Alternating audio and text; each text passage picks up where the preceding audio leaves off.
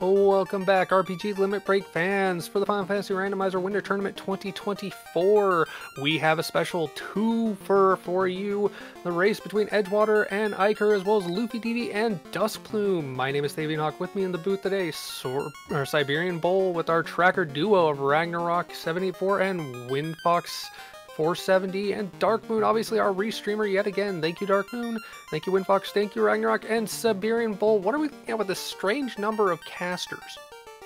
Alright, well, let's just start with our casters. So our red mages in this seed are going to have teleport magic and are going to be able to hurt dragons. The white mages are going to have plus MP all, level all, with nuke magic. The black mages are going to be able to use thief swords and have +2 level 1 magic power.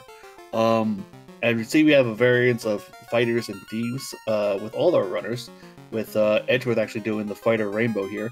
But the thief can equip shirts and has plus 40 HP, and the fighter has that 10 magic depth and can hurt the undead. So, it's going to be interesting to see how this turns out, because these are some really, really good blur scenes.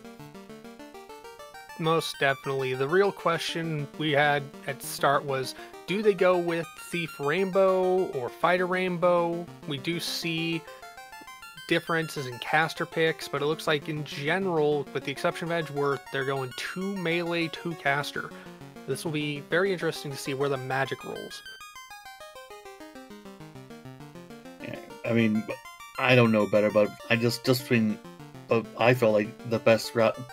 I think I ended up landing on in my head was going double thief and getting a red mage and a white mage out there, because that thief with the evasion to be able to equip shirts and have that additional HP, might as well just go ahead and go with it. Fair enough. I personally was advocating for something like the Thief Rainbow, but that's just because casters can be really overpowered when you get one that has tele magic, plus level all, and nuke magic from the get-go, and the MP on the black mage. That's just a lot of good spells. Going to be a lot of money in the early game, but it could be working. Yep, but it's going to be really interesting how this seed goes with all these. These are actually both the upper round 2 matches going on, and I may or may not have an interest in one of these. Meanwhile, Iker is going straight up to the castle, looks like. Or he's going to go to dwarves first, I'm sorry. And check that out, and then come back. Edgeworth getting all their magics, everyone's getting their magics. Soft Fast and Fire 2 at level 1 black, that is good. Invis, Wall, and Ruse at level 1 white, not horrible magic to have. And yep, Iker checking dwarves, going right up to Toph. I get this play, given the fact that he has access to nuke magic at the start. He doesn't really need anything extra as long as that that white mage stays alive. Yeah, he did see the herb, we'll come back for that. We do have a ruby inside of Topher here, and a slab. Well, the Melman duo, you just need a trio of the rod to make Diving Earth and Sarda valid plays. And hey, iced tea for Duskplume. How nice.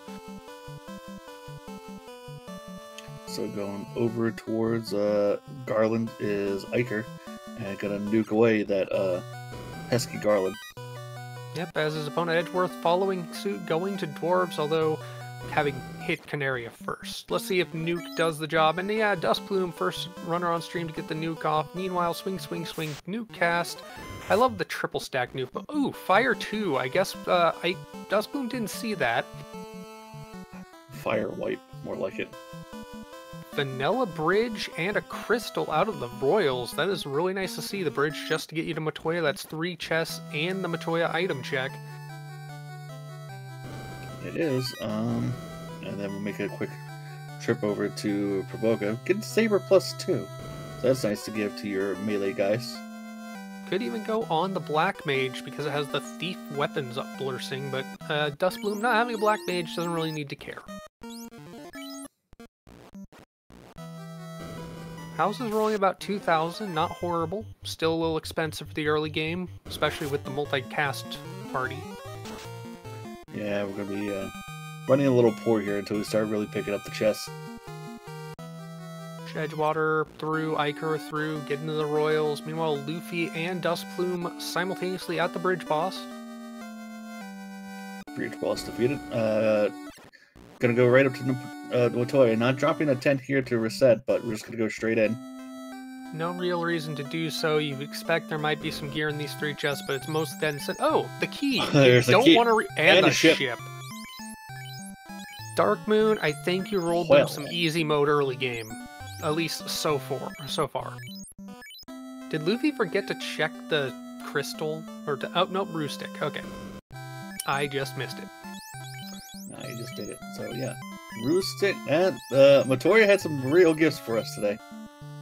Half me expects Provoca immediately, followed by all the key checks. Alright, so... Well, at least we'll get the ones out of Corneria and the dwarves out of the way. Very true. Dustplume and Luffy pretty much in lockstep on the encounter tables, although Luffy got more Caribs on the field, so he has to deal with more pirates. Did I say Caribs? I just meant whatever. It's fine. But we'll also pick up our herb when everyone goes there too. Edgeworth still having theirs.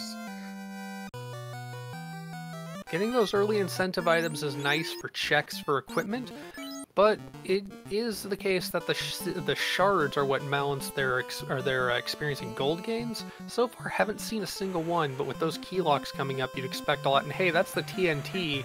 That is the perfect item to find if you have to go to dwarves for dwarf lock checks, because you can check with the dwarf at the bottom of the... I can't remember his name. I'm gonna call him Boomer. Because he likes to blow up stuff. Edgeworth taking a different route. He is checking Canaria Lock before the others. Finds a shard in there.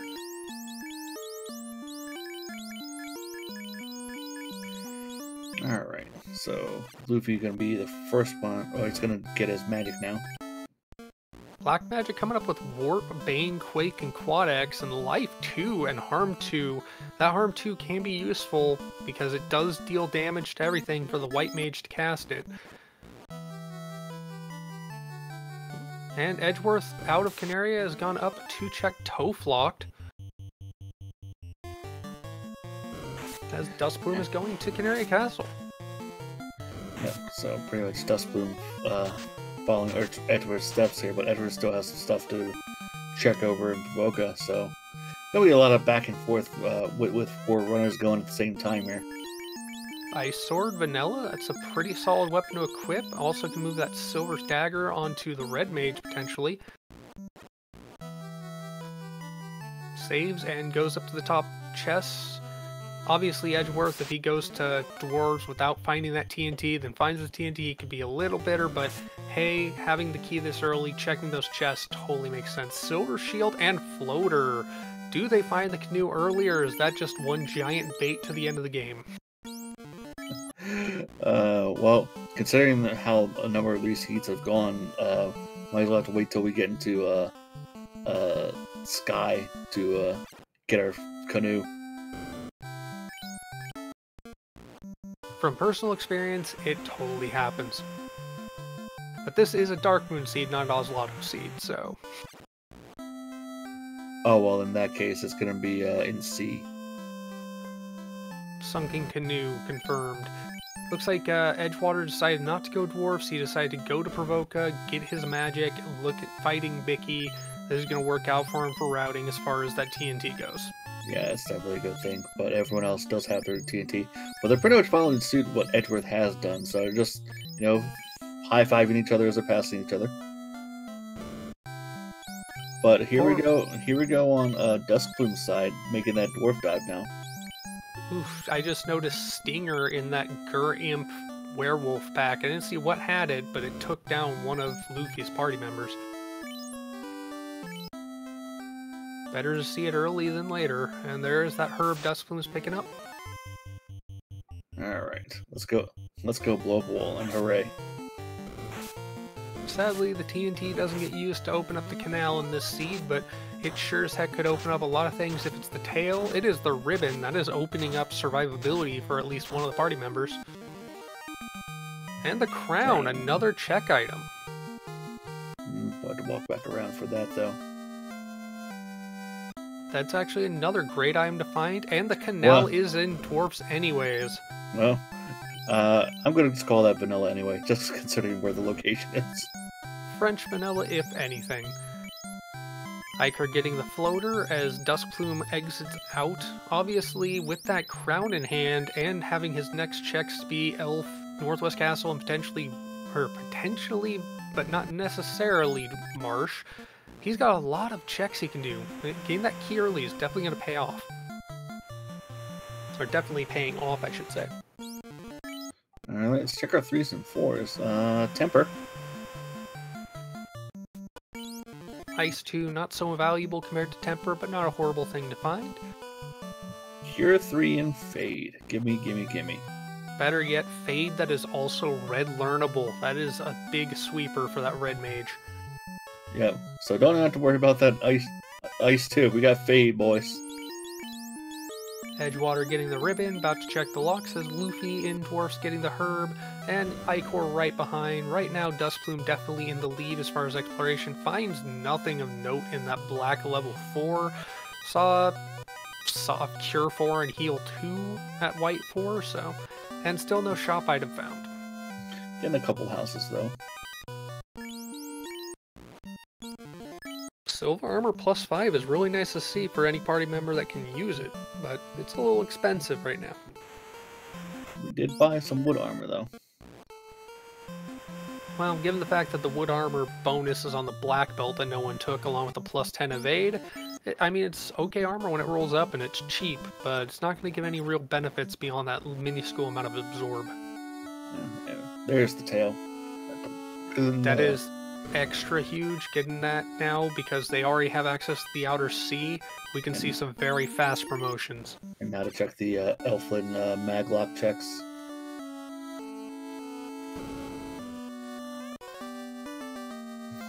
Get a short out of it. So. And some pretty good early game money, all things considered. That's 8,000 gold.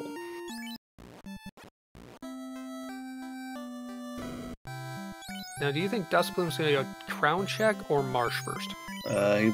He went up. This looks like a crown check. Yep. Simultaneous tails for Luffy and Icor. Alright. Well, and plus the additional thing is with that key we get all these maglocks out of the way, so that's the real good thing right now. Quad X gets the kill. X-Cal -1. I mean, it's still an X-Cal and it will be wieldable momentarily. I assume Duskplume's going to go for the early promotion now that he's got that kind of big sword to swing. And we have access to the big C, so could be real soon.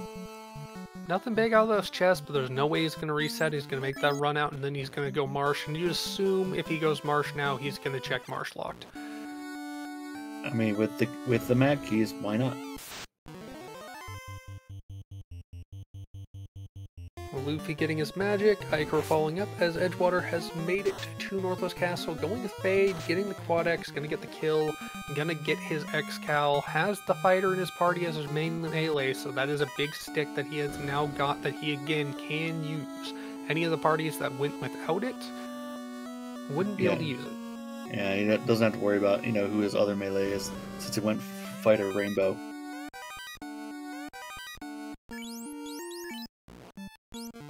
Anyway, down to Marsh. Here we are in the attic. Nothing of note so far. Still got the link chest and the third chest up here to go. It's always interesting if we find an item in the link chest and nothing in the other, we just reset out and only get the link chest on the way down to bottom.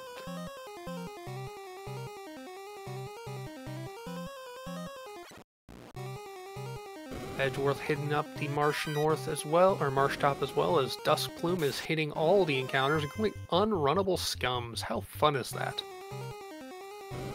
Oh, insta-death unrunnable scums.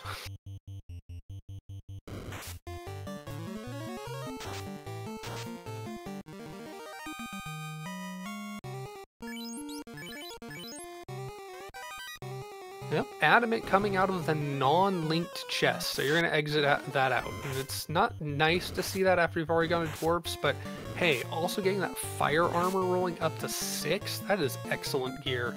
Post-promotion, it's going to be easily on that Thief or Ninja. For now, that goes on the Fighter. Alright. Not going in the Marsh, Iker is, so it looks like he might go for that early promotion here. This is some very interesting divergence. I mean, he's got access to the Ruby, he's got access to the Tail, he can totally do several checks outside the Inner Sea, but having that key and having all the spells you've got, I think Marsh is probably the better play. But hey, I'm not racing, I'm just watching. And there's the Adamant. But yeah, there goes, he definitely wants that promotion real early.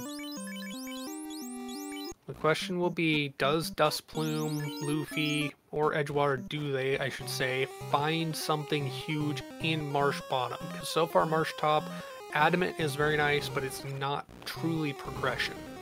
It's not truly progression, but at least it's something you can get done out of the way before you leave the Inner Sea here. Very true. Icor promoted, he does not have to worry about magic levels. Hey, there's the bottle, that is another incentive check. In fact, that is all of the incentive check items in hand. They're just looking for the canoe to get access to Lefane and Gaia to get those checks taken care of. First look at Marsh Lock Bottom, left side, finding 500 gold, nothing special. Snake rattle and roll. Blocking the wizard stick, very fun to confuse carry, but unfortunately it's not the mage stick, which gives free fire 2 cast. And hey, that is the rod, that is huge. That is actual progression. Ooh, so how long before Iker comes back this way?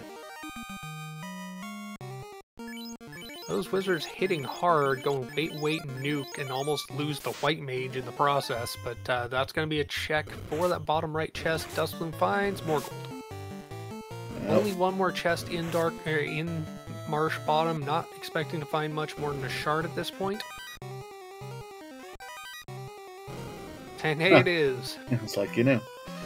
Alright, so Rod. That's a big find.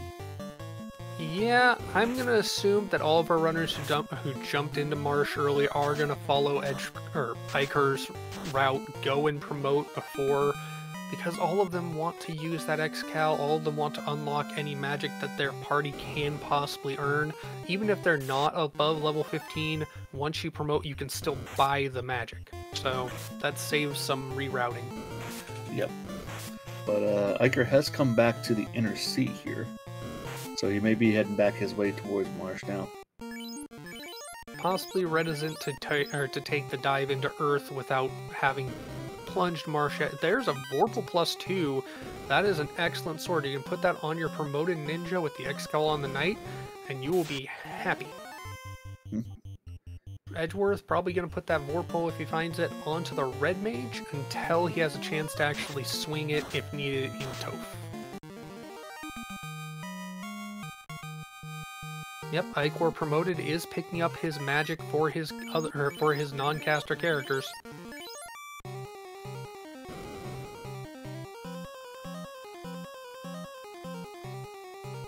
As Dustplume makes his way to the Cardi Isles, down towards the dragon to promote. And dueling mages for Edgeworth and Luffy. Or wizards, I should say. Yeah, these very hard-hitting wizards. Well, Icor not bothering to check Marsh, he is going straight onto the Melman continent after picking up some magic in Elfland. That's a bold move, Cotton. Let's see if it plays out for him. Well, if it turns out that there's more progression before Rod Locked, that could totally play out, because, yeah, there's a lot of chests past that rod in the armory floor of Earth, but you could easily get the canoe and the chime, or the canoe and the oxyale, and completely fade Earth. Not having to kill all the fiends, just going for shards, makes this a much more open potential. Yeah, but with these kind of seeds, it's kind of risk-reward. Oh, that's the great thing about seeing 4 runners run the same seed. Hey, that's the loot, that's huge. But with 4 runners running the same seed, we get to see even more divergence than you normally see, so more interesting routes. I like guessing. Anyway, Translation of the slab for Dustbloom, and Ike are going to check what Sarda has.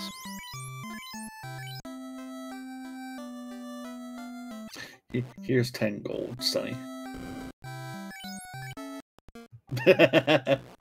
You know, that's a lot of gold, but given how much gold has come early for these parties, yeah, reset out. I mean, it wasn't actually progression, so who really needs it? Icor gonna dive Earth, no, or post promotion, but no rod. Everyone else, meanwhile, has the rod and promotion for some, if not all. Yeah, Edgewater not promoting, he's going to Melman, at least to translate the slab and check magic. I'm gonna start by checking that magic. Gonna see that nice fire 3. Dustbloom picking up a tuba.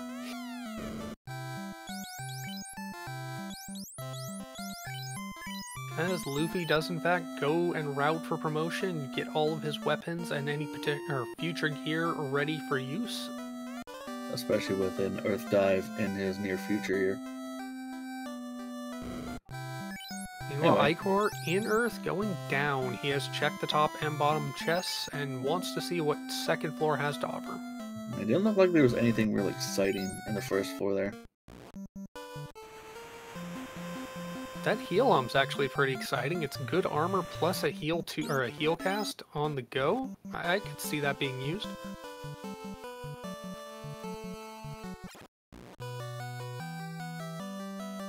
Yep, Icor not having gotten the Adamant turn in because he did not get the Adamant out of Marsh, does not have the Vorpal to equip, so he's going to shuffle around that Ice Sword. The Vorpal, which Edgewater just picked up for that matter. Yep. And right now we got all 4 of our runners in that Melmond area. Edgewater and Luffy in the Titan's Tunnel check and Starter check. And Dustbloom post-promotion is in Earth as well, about to head down into Earth 2. And find out the bad news that no rod.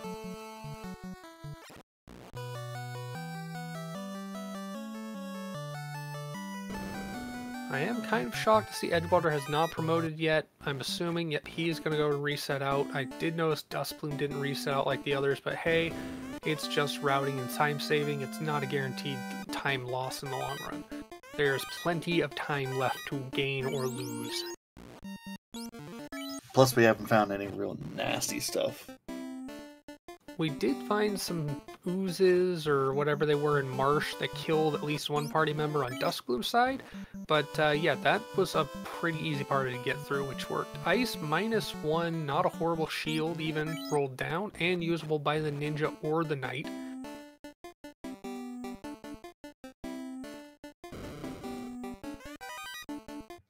Two, 3, gonna be 4 now down in Earth.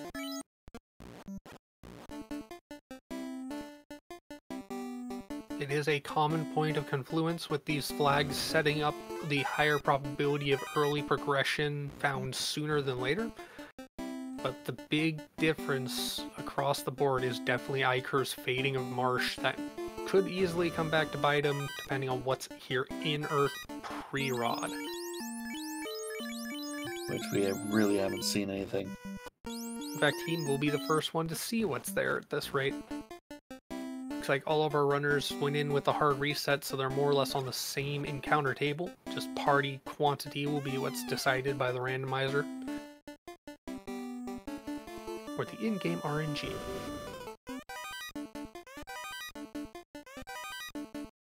Just a heal pot out of the Earth TFC, nothing special.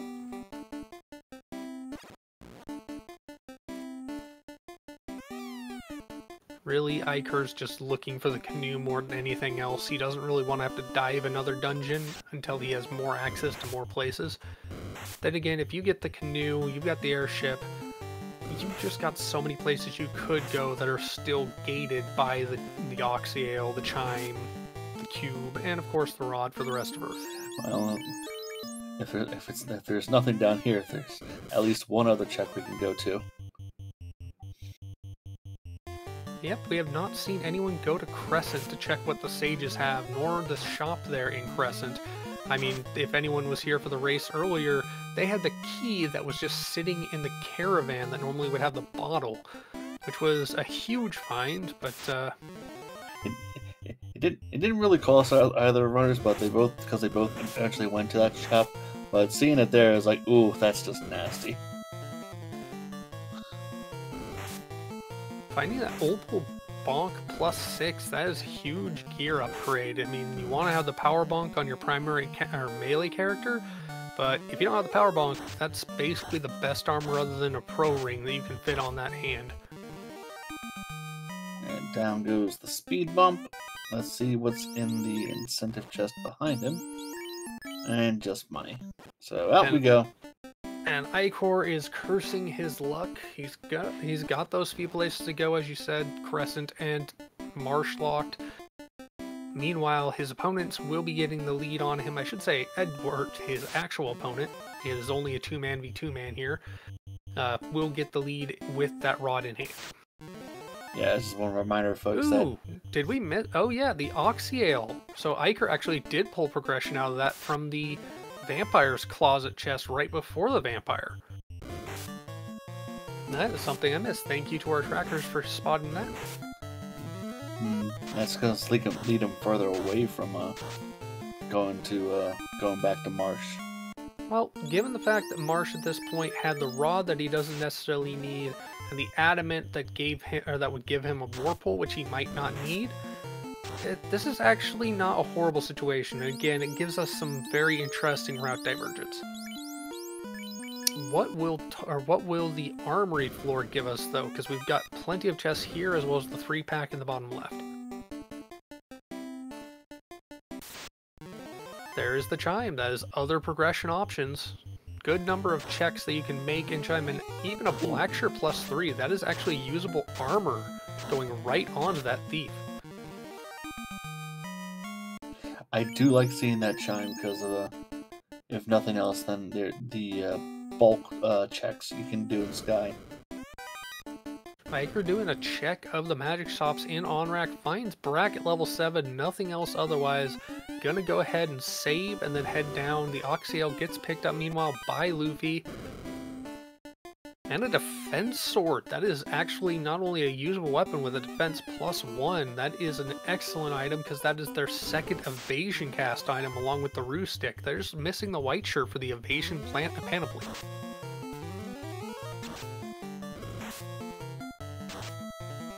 Getting in the house.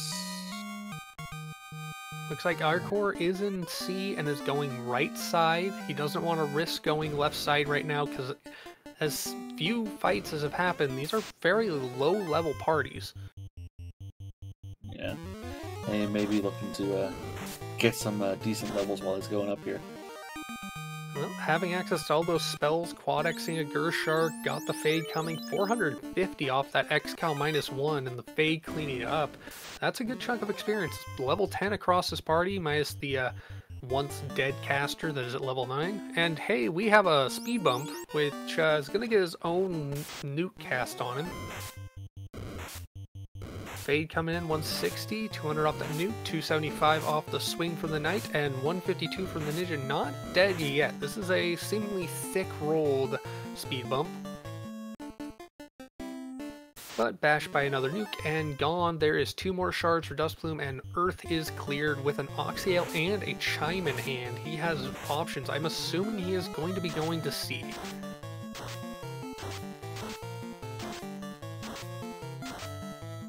He definitely has a few options. I do agree that it's probably going to end up being C here in a moment. As nice as it was to check the Sages and hope for a vanilla canoe or something in the store there, having more options. Ooh, Pro Rings. They're expensive, but with almost with over 60,000 grand in the bank, that's 2 or 3 rings you could pick up. Just sell some excess items. Bye-bye bonk. Hello, Pro Ring.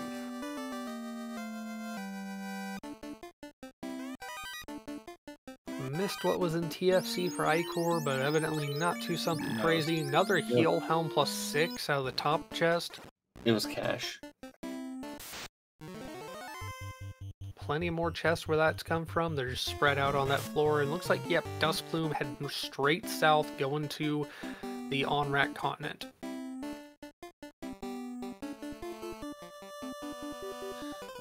There's another pro ring, a free one. Saves 21,000 gold for Iker. Interesting, using fast on that knight with the X-Cow, getting 540 hits instead of relying just straight on nukes and fire spells. Fire 2 coming out, 64 damage, nothing special, but that swing 6, it's 787. That X-Cow doing a lot of work there. Alright, let's see what the mermaids have for us here. A lot of money, that's for sure. At least one shard found, but yet more money.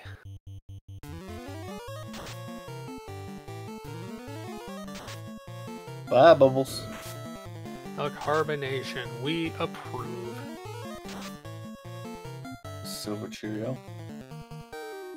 Not a horrible piece of armor, but given what equipment he has, it'd be interesting that he actually thinks to take. Yeah, he's gonna take it. Hasn't found the opal bracelet yet, so.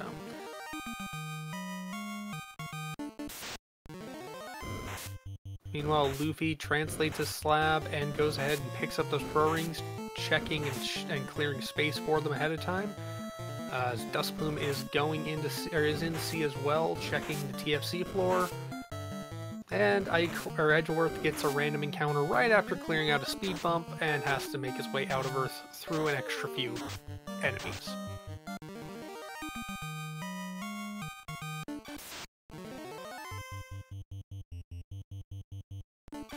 We'll be interested to see if Edgewater or Luffy goes to Crescent. Alright, well, nothing really interesting in the upper floor for C there, but a lot of checks and 2 rows of shards are done there for Iker. Yep. Every row of shards gonna amplify the experience and gold gained.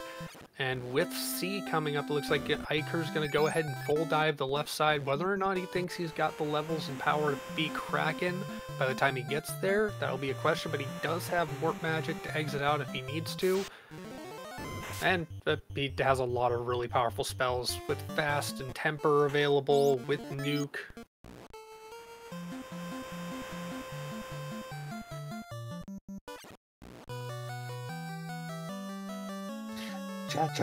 Chat trying to guess where Cube and Canoe are. Well, Canoe and Sky has definitely been a consistent, as is Cube and Sea or Oxy and Mirage. It's crazy to think we've only got a few a few items remaining in the form of the Cube and the Canoe at this point. But it's also crazy to think we're already 30 minutes into this race. Edgeworth finally getting promoted. I was like, knowing we don't have our airship yet, I was like, oh, guess we're gonna do another caravan check here. Unfortunately, that needs a canoe, as does. At this point, you need the canoe to get to the caravan, to waterfall, ice, and volcano, and ordeals for that matter. Although we don't usually see ordeals. I will say, with our boat and our chime in hand, we might be seeing Mirage Tower here in a moment. It would be a relatively good place to check. I mean, we could also end up finding early stake or blue stake, get some experience that way. Post promotion, yeah, you probably don't want to take a walking. You want to take a walking grind rather than a just standing grind. But hey, blue stakes, blue stakes. Meanwhile, Ichor, first runner down in, heading to the long haul, trying to get to Sharknado. Got 2 checks here, gets a cabin. Oh, wow, we missed the war mech. It looks like Iker didn't check it. Dust Plume, meanwhile, taking the fight. Could this backfire? 136, not a huge hit from that war mech. Invis 2 coming out, fast coming out on the night. 108 health left, Ruse Stick going up, defense coming up. Gonna go ahead and fast the ninja. White Mage, meanwhile, going Cure 4, gonna full heal on that knight. Another hit on the knight, 236. That Cure 4 coming in clutch. And there's the fast, there's the ruse. When will he switch to swing? He's on a full stack of Ruse on that. Temper coming out, Cure 4 coming out, Lit 3 coming out. Wow, that ribbon and protection on that knight doing its job. Cure 4 comes up. He loses the ninja, he loses the red mage, but he still has the nuke caster white mage getting a nuke out. Doesn't have many charges on Cure 4, only 4 hits for 280. And Cure 4 on the War Mech. This is going to be a wipe unless there is some very good hit chances, but we know this War Mech is casting. Hits the stun. That's just pouring something on the wound. That's gonna hurt for Duskbloom. He's got to do all those checks again now. Meanwhile, Iker actually pulling another ribbon out of Sharknado floor. That is huge to see. Edgeworth also down in C, and so is Luffy. Luffy, who was probably a little behind Duskbloom there, has made up some time. Yep, that wipe is huge. And hey, that is a cube in C. Now, again, Iker not having the chime, not having the rod, not having the adamant ore bottle, he can't use that cube, so he will be going back to Marsh whether he wants it or not. Unless, of course, we have Vanilla Canoe.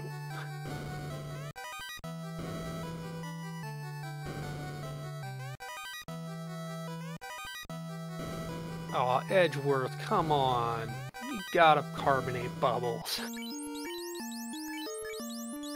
In fairness, I'm bad about doing it too, only because she's not standing directly in my way. Like, I gotta go. I got things to do. Looks like Iker's made it to level 15 across his party. Gonna go ahead and take on Kraken. Really wants those 4 shards and the free warp out. Even if he has exit magic, those 4 shards are very tempting. I'll take it on the seafood platter there.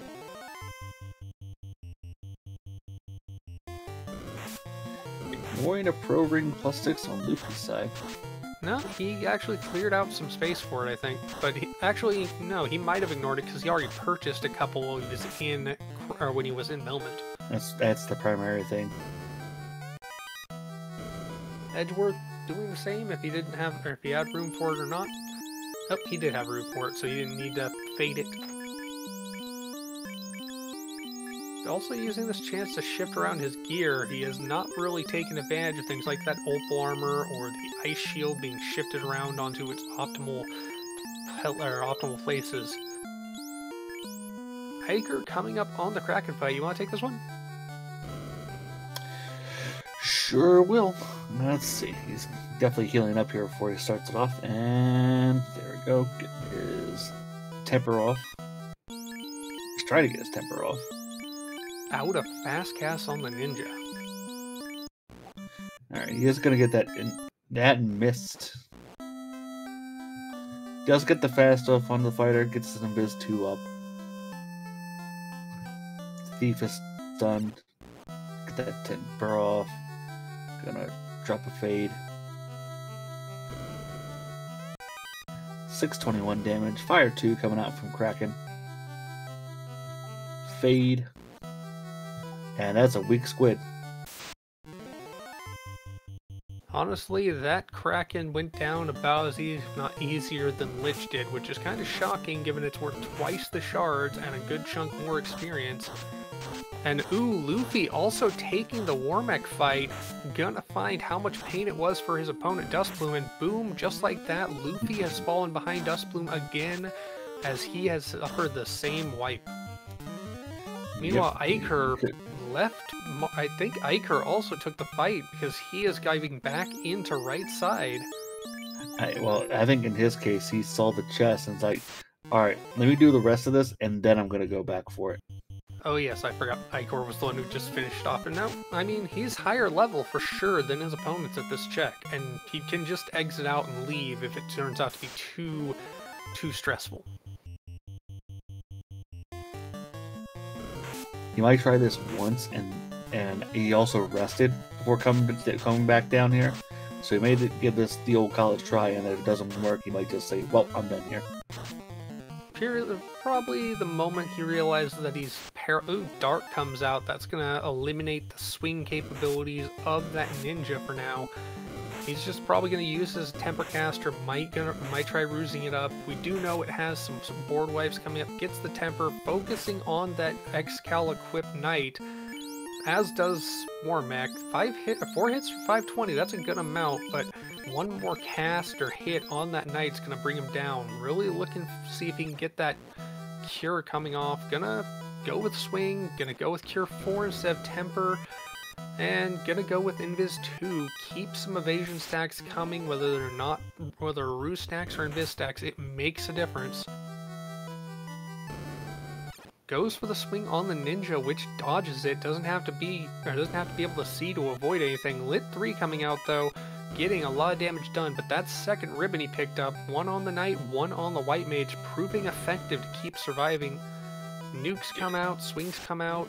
Gonna go ahead and cure for the red mage with the red mage. Does he invis? He's gonna nuke with that white mage and get the kill. That is huge. That is a Masa that is level 19 across the party. Iker, yeah, it's a Masa +1. So yeah, looks like we got the Bash Bros happening in here now on Iker's side. That is huge. That gives him a lot more weaponry to use. But of course, now the fun part, he is going to have to redive Marsh, as Edgeworth meanwhile is making his way through C. So this could actually balance out depending on how harsh Edgeworth has a time in C.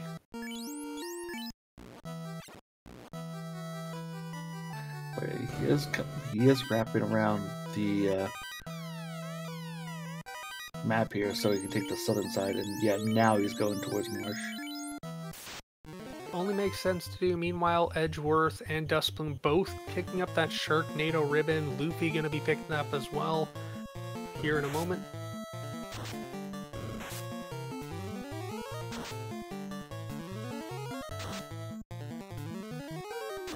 Now, depending on how the encounters work out, he definitely has the cast to just nuke things and the probability of running, but hey, the unrunnables can really stack up.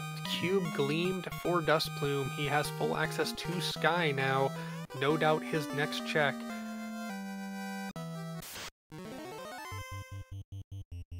Well, I will say on Dustplume's side, with that, we got all our progression items in the game, and so does Edgeworth now. Everything else that Iker needs is down here in Marsh.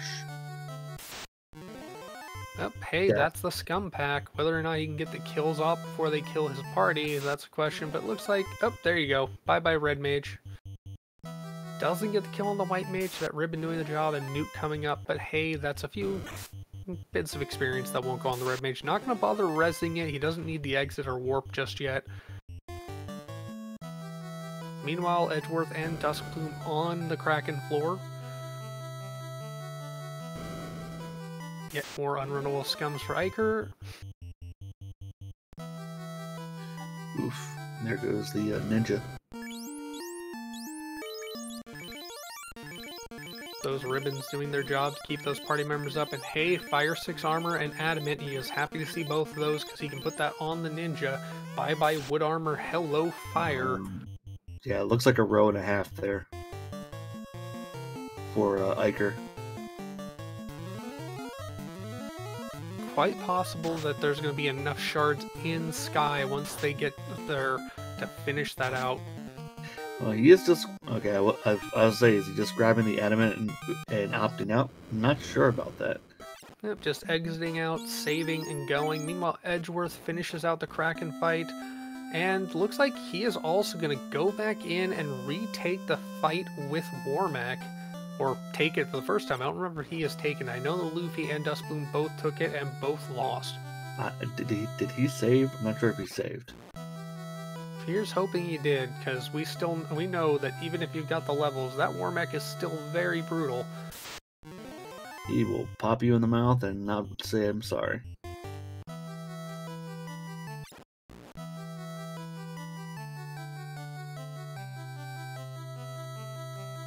Yep, since they got the key early and found that loot in Titans, I believe, that has been go mode minus the shards and levels for all of our runners. Here we go for Edgeworth once again, getting the fast off onto the fighter there, or the warrior in there. No thief, no innate evasion capabilities, but with all those casters casting Fade and Nuke, getting the fast off on that knight who is equipped with the Axe Scalp. Cure 4 comes out, undoes the damage, but seeing that early, he is not minding it. Gonna get the Kemper out. 4 hits, 226, could be better. Gonna put more casts out for damage, gonna put more cast out for temper. Meanwhile, the Red Mage down on Luffy's side in his fight with Kraken. And Edgeworth gets a Masa +1 and goes level 20-21 on his party.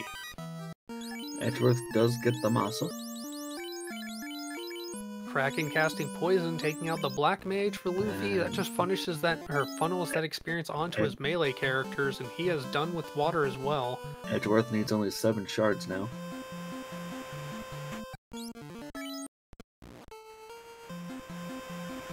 Alright, let's see where Edgeworth ends up going next. He went left, so he might be going to Sky Mirage here in a moment. Yep, only makes sense taking the shortest possible route you can get there. Meanwhile, Dustplume already in Mirage Tower floor 1, not finding much, just needs a line and a bit for the shards, as does Edgeworth. This is a very tight run. He needs to pick up 3 shards, and then he can go straight to Tia.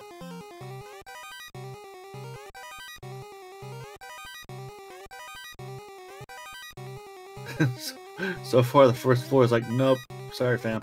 I got a lot of money for you, but you know, I know you don't need it, but yeah.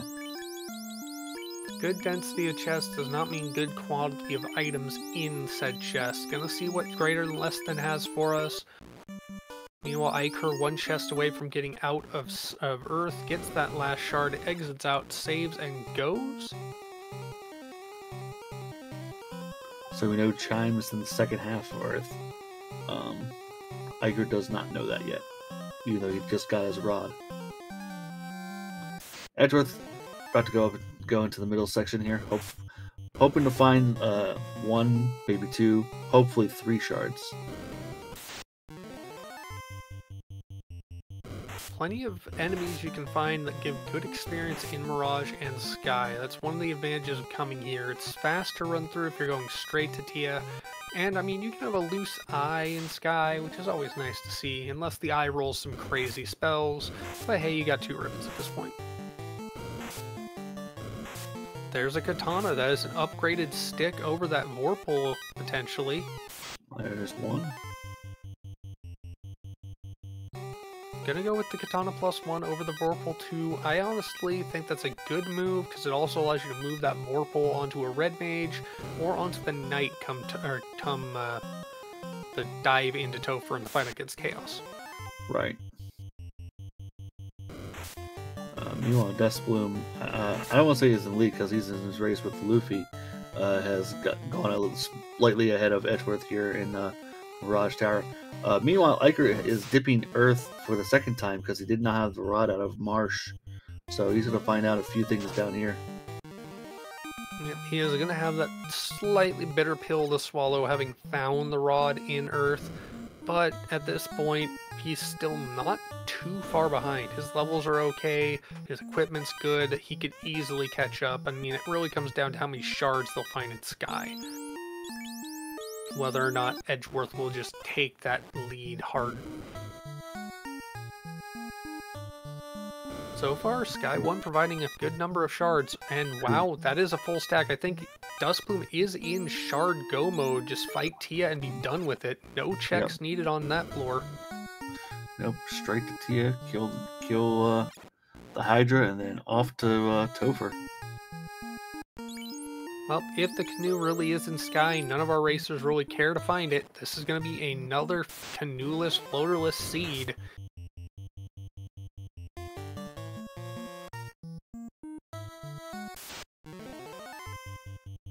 They've got the Roostick. They do not have the Power Bonk. They do not have the Opal Cheerio. Those are going to be the Lefanian and Bottle checks, respectively.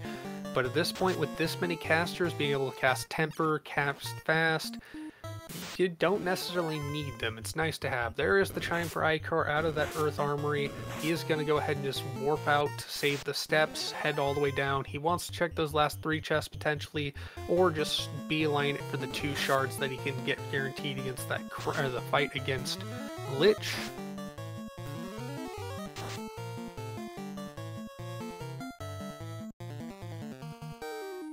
Meanwhile, Dustplume heading up. Is Dustplume going to try and find the loose Warmech? We have a Warmech walking around here on the Sky Maze.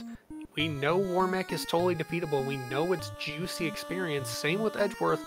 You have to wonder if they're going to go for it. Looks like Edgeworth is just going straight to Kraken. He doesn't care, or Tia, he doesn't care about the Warmech's experience. He just wants to win. Exactly.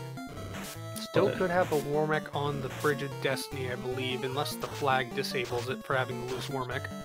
Right. So really, Luffy and Dustplume have a really tight race going on. Iker, on the other hand, is pretty behind Edgeworth here. I actually don't know what his shard count is until I see a menu here. Luffy substantially behind Dustplume, honestly, because he is over a line shy of shards. Edgeworth and Dustplume both into the Tia fight now. We see the Roostick, we see a nuke cast, we get Temper going out. Really want to focus on that Knight. It is the primary melee character for Dustplume, it seems. Roostick out, doesn't really matter because the Knight takes the hit, but the Knight's still over 470 hit points. The nuke comes out 274. This Tiamat may be thick, this Tiamat may be thin. Either way, the Tiamat is not super dodgy. I haven't seen Iker's menu. He actually has 7 shards to go, so he's very far behind Edgeworth here. Yep, Edgeworth being the first runner to defeat Tia, and followed closely by Dustplume. Both of them in the lead in their respective races. Do not have the canoe, so they cannot use the Matoya dock, but they can potentially sneak into this top dock that is ever so forgotten. In fact, that's where they are going, next to Peninsula of Power. That saves them the trip all the way through the Inner Sea. It also takes them towards Lefane if they need to pick up any magic for their Knight or Ninja. Or Provoke, I should say, not Lefane. Yeah, I think I'd rather do the walk around to Corneria and get all that because this is a long walk right here. Pretty much the access to the magic is the primary reason to take this route. The faster movement on the sea could make it faster, just take the boat and loop around, but I respect the play either way. Yeah, Edgeworth, on the other hand, is just going straight to Topher. Yep, and Life 2, as spotted in chat, is definitely worth it, especially for Edgeworth if he were to take that, only having that Knight, not having access to a black caster, but he still has 2 white casters that can both use it. Now the question here is Topher going to be the great equalizer? Is it going to knock our runners back hard with the levels they've got? So far, the Badman's hitting pretty hard, and finding a 7 or a 8 pack with no priority is no fun. Edgeworth getting away from the Badman as Dustplume stops into Corneria, gonna go ahead and pick up that magic. And Luffy definitely doing all the searches. He is shard shy, so he wants to find what he can find. May as well find the canoe here.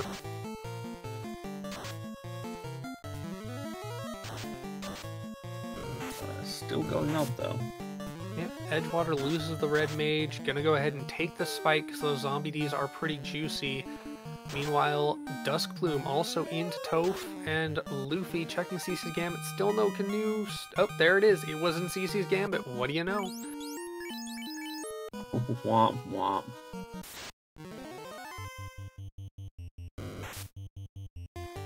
This still puts him... Nope, this puts him in go mode. He has 3 shards needed. He can get the kill on Tia and make his way out. Whether he goes to get the canoe and the airship, well, we'll see, because... It'd be moot.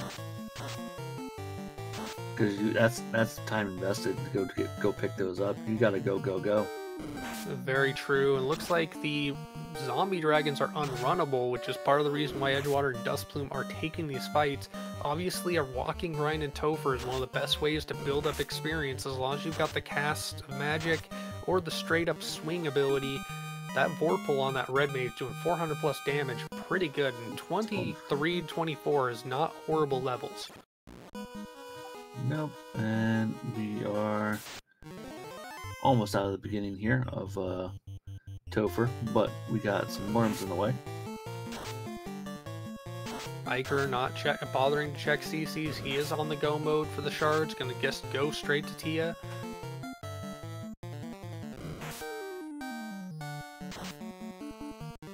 Warmech nowhere near the route path to go directly to Tia, so none of our runners finding that walking Warmech. 24, 25 for Edgeworth there. 20 for Duskplume. All things considered, with the gear that they've got, these lower levels aren't as bad, but you see Edgeworth's level, or life totals, almost 600 on that night, but sub 400, in fact barely 300 for the Black Mage, or not even 300 for the Black Mage. Nuclear cast could totally come out and wipe this party in a few hits. Yeah, so it would be a rather fragile party. Anyway, the speed hump is out of here. Bumpty Bump is gone for Edgeworth. Dustplume about to take the fight after healing up. Meanwhile, Edgeworth checking to see what weapon he wants to swing. Gonna leave the Masa on the Knight. Not gonna swing that X-Cal just now. Extra elemental damage not really necessary, it seems, in his opinion. Those fire elementals are just really, really annoying, it seems. Just leave me alone. Not I like to go now. Yep, not having that thief for the evasion chances, definitely cutting into things. Iker, meanwhile, gets through Tia, is on his way out. And yep, Luffy does go and get the airship. He knows that he can get the power bonk and the opal bracelet here, and he can also check some late game magic. Not gonna pick up hold.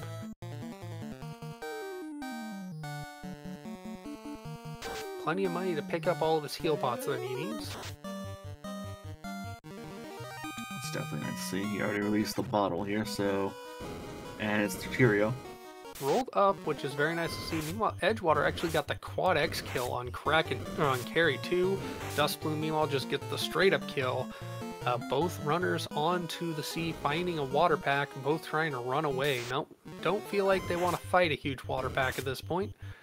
And meanwhile, back to back on that water pack, they've got the seafood party pack. Also, no fun to see. No pun intended. Yeah, no fun to see, and I wish we had just a bit more magic. I think we might have taken this juicy bit of experience that you get out of it. Edgeworth losing his red mage and still not able to run away, really starting to feel the pain of the lack of evasion. Gonna go ahead and use some new cast, try and get this kill, or at least limit the enemies he's gonna face. Meanwhile, Dustplume about to pull Kraken 2. Doesn't shuffle his party, just gonna go Thief, Knight, Red, White. The Zap comes out, does not get the kill on the Ninja or the Knight, does get the kill on the Red Mage. That Red Mage proving to be pretty fragile for our runners so far, but definitely proved its value with the Warp, if not anything else. Primarily with the Warp, and plus we, I believe we found Temper along the way here, so we get some additional buffs here as we take on Chaos here in a moment. Interesting to see Iker actually checking the validation test, not finding anything of note. Meanwhile, his opponent already down on Kraken 4, about to start that fight, getting his tempers up, getting his invis cast up, rusing. Got the Knight at the bottom with the ablative casters up front. Interesting choice. This Kraken looks like it's pretty evasive. Many swings, but not that much damage. But there it is, Dustplume gets the kill, is on to Tia's floor, as Edgeworth still down in that fight, and the Red Mage yet again going down. I think the Red Mage has a giant sign saying, "I'm a white caster" on it, and it's taking the hit instead of the White Mage. I'm a turkey. Kill me. 940 from that X-Scal. That is doing a lot of damage, but Zap comes and takes out the Knight. Only one Fade cast left, 2 Nuke casts. Will this White Mage be able to clinch it? He has life too, so if he can get through here, he can bring his party members back up. Meanwhile, Tia being pulled by Dust Plume. Tia already doing a whole chunk of damage. Wow. Cure 4 comes out, and man mode for Edgeworth. That is huge to see. But we are out of Fades and out of Nukes there, but getting the rest of the party back up, all the more worth it. Cure 4 coming out for the Red Mage on the Red Mage. The White Mage is down for Dust Plume. That could be painful. Getting the Cure 4 out as a precaution doesn't do anything. Hasn't lost any damage on that Knight. Going with Swing, going with Cure. Really wants to keep his party topped off. Even if Cure 4 is a valuable spell to use later. If he's got the cast, he doesn't want to risk anything. Brings it up to full health. Swings 140 damage. Not something special. Going for another swing. Gets 414 on 5 hits. Goes for Fade. 120 in damage. Bane comes out. Bye-bye Ninja. Bye-bye White Mage. This is a man mode and a nuclear coming after that Fade. Gets the kill, but if he did pick up that life magic, which I think he did, he will be able to bring back his party. He might just otherwise be looking to shuffle. Gonna get that Vorpal on the Knight. Use his life cast to get his White Mage up and life the rest of his party up. That is huge. Meanwhile, speed bump for Iker and Black Mage down. Bane also taking out the White Mage for Edgeworth. If he doesn't have White Magic on that Knight, he will not be able to bring his party back up. Actually, never mind. He has the Red Mage still. He did. I did see life too on the Knight, or at least on the Red Mage there. And Dusk Plume, our first runner to actually encounter Chaos. Lit 2 coming out for Chaos. That's more or less chip tickle damage. Gonna go with Invis 2 on the White Mage. Gonna go ahead and get Fast Cast out on the Knight. Knight in slot 3. Get the Edgeworth skill on the Tia. Not yet another use of that Power Word Death on these Refight Fiends. Ink coming out for Chaos, gets on the Red Mage, does not affect the Knight. Knight swinging that Vorpal 6, 115, or for 151. Not a lot of damage. More evasion coming out with the Invis 2. Temper coming out, really wants to stack that Temper. If he has Lock, he's probably going to want to drop that at some point on Chaos to help with the evasion. Nuke coming out from the White Mage, 368, nearly a full row. There's the Lock 2. Evasion stopped for Chaos, still only 4 hits for just under 400 damage. Gonna temper back up, gonna go ahead and nuke some more. See what happens. 6 hits, 243. This is an incredibly absorby Chaos. Nuke coming back out after a temper, 173, not so high roll. Out of Nuke cast on that White Mage, unfortunately. No, he's gotten high enough level, he got extra charges. There's one more Nuke cast to go, 133. Again, low hit. Bye-bye White Mage, 310. Wow, there you go. Crit hit for 1276. Gonna want to see more of that. Nuclear coming out. Shipping down that Red Mage on a knee, but 464 hit points on that Knight. Gonna be enough, hopefully, to keep it going. Bye-bye Red Mage. Swinging with the Ninja, gets a miss. Swinging with the Knight, 500 damage for 5 hits. Going with the weight and swing strats, that Ninja being darked, and there you go. GG for Dust Plume, our first racer on stream to get the win. Meanwhile, Edgeworth in that fight has lost the Black Mage, is going with the swings, has the Masa on the Ninja, or on that Knight. Lit 2 coming out, going weight, swing strats. Fire 2 coming out, chipping down. Still hasn't lost the White Mage there, but gets the swing off. 5 hits, 851. Weight, swing. Let's see if he can clinch it. Fire 2 going to take out the White Mage. Still relatively safe on that Knight. Gets the kill. GG in chat for Edgeworth, getting the win over Iker. And we are joined in the booth by Dust Plume. GG's. Dust Plume finishing with an official race time of 1 hour 38 seconds. GG's, thank you very much. Edgeworth finishing with a time of 1 hour, 1 minute, and 7 seconds. So, yeah, tell us about that seed. Everything felt fantastic, honestly, except for the, hey, last chest and mermaids, here's a form mech, just autopilot, don't check it, whoops. Don't worry, you're not the only one who did that. So I've heard, yeah. But yeah, aside from that, just so many items early, everything led into one another really well. I felt like the party composition I took was was perfect for it. Like I was really, really debating one melee all 3 mages like Edgeworth did. I can't get away from the thief, and I really like the safety of having a knight at the end. Just something that I know is going to be able to survive a nuke. So it worked out.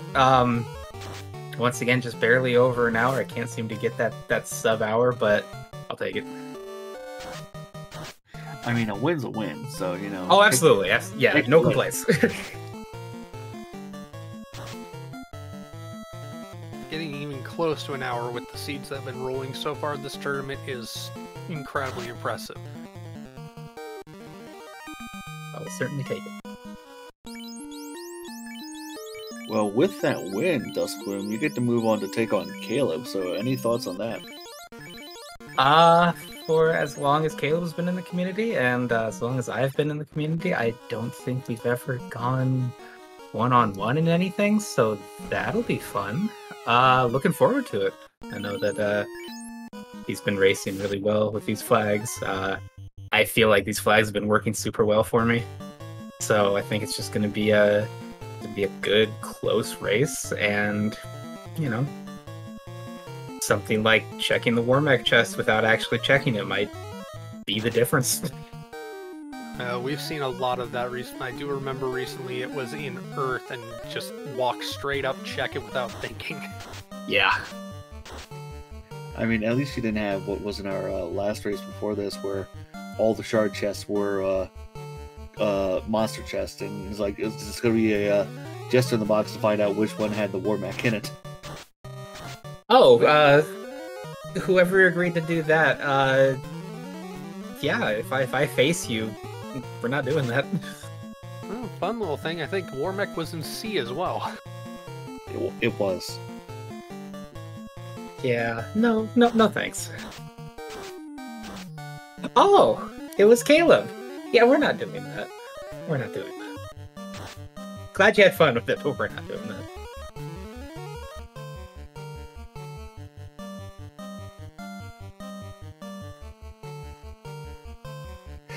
Well, anyway, we got Ikers taking on their chaos fight right now.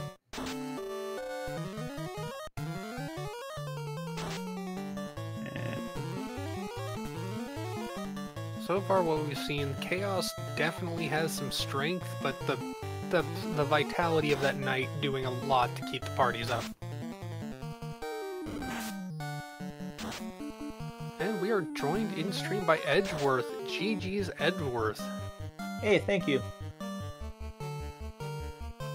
How did you find this seed? So far, we have heard it was pretty linear.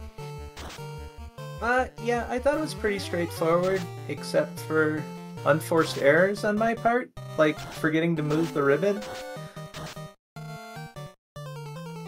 Survivability is useful when the survivability is on the character you need it to be on. Yeah, sure, let's go get Life 2, and let's not protect the Life 2 caster. And Iker finishing up his run as well with the race time.gg time of 1:05:32. That finishes off that race. Meanwhile, Luffy working on his way to finish off Chaos as well. Any route thoughts? I just figured I'd go for the linear full clear and see how it shook out. It didn't seem like early Canoe or anything. Or at least it didn't feel like those seeds felt, so pretty straightforward, I would say. Yeah, it was just early everything but Canoe. Yeah, it's that early temptation of the floater. By the way, Canoe was in Sky. Naturally. Yeah, no, Yep, as soon as I got my CC's 20... Gambit. As soon as I got my 24 shard, I'm like, I'm not checking a single box after this. Tiamat's waiting for me. Topher's waiting for me. I don't care what else is here. Yeah, that was the general thought we were having here. It was like we need 3 shards and we're just gonna go kill Tia and just be done with it. And we are joined by Iker. GG Iker. Thank you. GG's Edgeworth. Well played. Hey, GG's. So the routing to Earth first. Question? Took a gamble. Marsh has been not good for me lately, so I was just like, okay, let's do Earth. And when I pulled the Oxtail out of there before Vampire, I thought, wow, this is a great play because everything's going to be in Sea Shrine, and then nothing was in Sea Shrine. So I gambled. It looked good to start with, but then turned into, shoot, I should have just done Marsh first. Well, having those levels when you have to go back to Marsh is nice, but the unrunnables and the way the packs run out, it's not always the greatest. And we have a GG for Luffy in chat with a racetime.gg time of 107.17. Welcome, Luffy. GG. Hey, GG's. GG, Luffy. GG's. So Luffy, we want you to know that you're the only one to pick up that canoe. Yeah, I kind of figured. I heard kind of a little bit of people talking, and Dust was like, I didn't open the box in Sky, and I was like, oh, man, I full cleared Sky. Well, in your defense, you were really trying to find the last shard for your set. Oh my god, but that Warmech wipe and C, like, I think I lost like 4 shards right there, and I was like, well, I'll get him in Sky, I guess. Yeah. Well, again, you're not the only one to take that wipe. Yeah, I heard. I dodged the chest. I went back for it after I finished getting Bells and Kraken. I almost considered doing that, almost, but I knew I felt really behind. I was very curious to see if any of you would run up and find the walking Warmech, knowing how much experience it was with after having seen what Warmech could do in C. But understandable not to do that. I saw him. I was taking him. I didn't see him though. I saw him. I almost took him. I almost doubled back after T and Matt, but I was like, no, that's a really bad idea. It rolled low. I mean, it's precisely because I saw what I saw, and I had that in my memory that, okay, like, it killed me really easily 7 levels ago. I know it has stun. I don't want to waste this. I just want to go. Just want to get my shards, go into Topher. If I feel like I need a grind there, I'll do it. So we've already asked about the routing from our previous runners. Luffy, any thoughts on the way things shook out? Man, I hate early floater because you know the canoe is going to be the last thing you get, and it was like I heard Dust say it was pretty linear. It just kind of took you in a direction. It just kind of gave you that early key, and I'm like, all right, I guess we'll go and do all the key locks, before we go to Earth. Even though I was gonna slam Earth first if I could, and the rod ended up being in Marsh. I'm like, oh yay, that was okay. So it was fine. The routing was easy enough to follow along. It's just a couple wipes here and there, and Dust's a good runner, so GG's to her. I'll tell you, I did the Earth play first, and it did not work out. So first was the right play. Yeah, this time it was the right play. Well, interesting thought here. Losing my train of thought, so ignore what I just said. Well, then, let me propose this question to Edgeworth now. Now that you're moving on, you're about to take on Sorbius. Do you have any thoughts about that race? No thoughts at all. I don't know a lot of people in the community now, so this is going to be a surprise. Alright, well then, going down to the losers bracket here, Luffy, you got Papa Dukes next. Hey, rematch from SGL, just different flags. Papa, if you're out there, let's do some crazy, dumb stuff. I'm down. And Iker, you're about to eliminate me in the loser round 1. We'll see about that. Yeah, if I go Earth again, you never know. Oh, but I take too much time. Hey, you can always do what I do. Force yourself to take 2 party members so you don't have to menu for 4. Yeah, but that was against me, so. Anyway, I really have nothing extra to add here. Honestly, it is getting late, and we just did a 4-man after 2 consecutive strings, so why don't we go ahead and just jump straight to final thoughts? Dustplume, why don't you take it away? Sure. I want to thank everybody puts these broadcasts together in the booth, tracking, restreaming. It's always great to be able to have people watch these got 120 people here. That's fantastic. I'm glad everybody was there and able to enjoy, honestly, a really good race. GG to all racers, everybody within 7 minutes of each other. That's fantastic. I think we all did really, really well and put on a good show for everybody. If you like randomizers, if you like Final Fantasy, join us. This is fun. And I'll see you next round. Yep. Edgeworth? No, it was fun to come back and, de-rust a little bit and give it a shot in this tournament. I've been having a blast so far, so yeah, thanks to everybody involved. I really appreciate it. And Iker. Yeah, thanks for the restream, the commentary crew, and the tracking crew, and welcome back, Edgeworth. GG's, and good luck in future rounds. Good luck to you as well. Thank you. Thank you. And last but not least, Luffy. Echo what everybody said. Thank you so much for crewing this tonight. RPG Limit Break for hosting us. Everybody in the booth and the crew. Thank you to the runners. It was a lot of fun. Dusk, like I said, you got my number, but one day maybe I'll get you. Good luck in the next round. And Papa, I think I saw you out there, dude. Let's do some crazy stuff. Message me. It'll be fun. Always going to look forward to the craziness that happens. Just don't do a secret bingo. No promises. Any thoughts, Siberian? Yeah, well, folks, just wait a few months because we're going to be rating the FFR channel. We got Danny and Peasants doing their race right now on that channel, so stick around because we're going to be transitioning over there in a moment.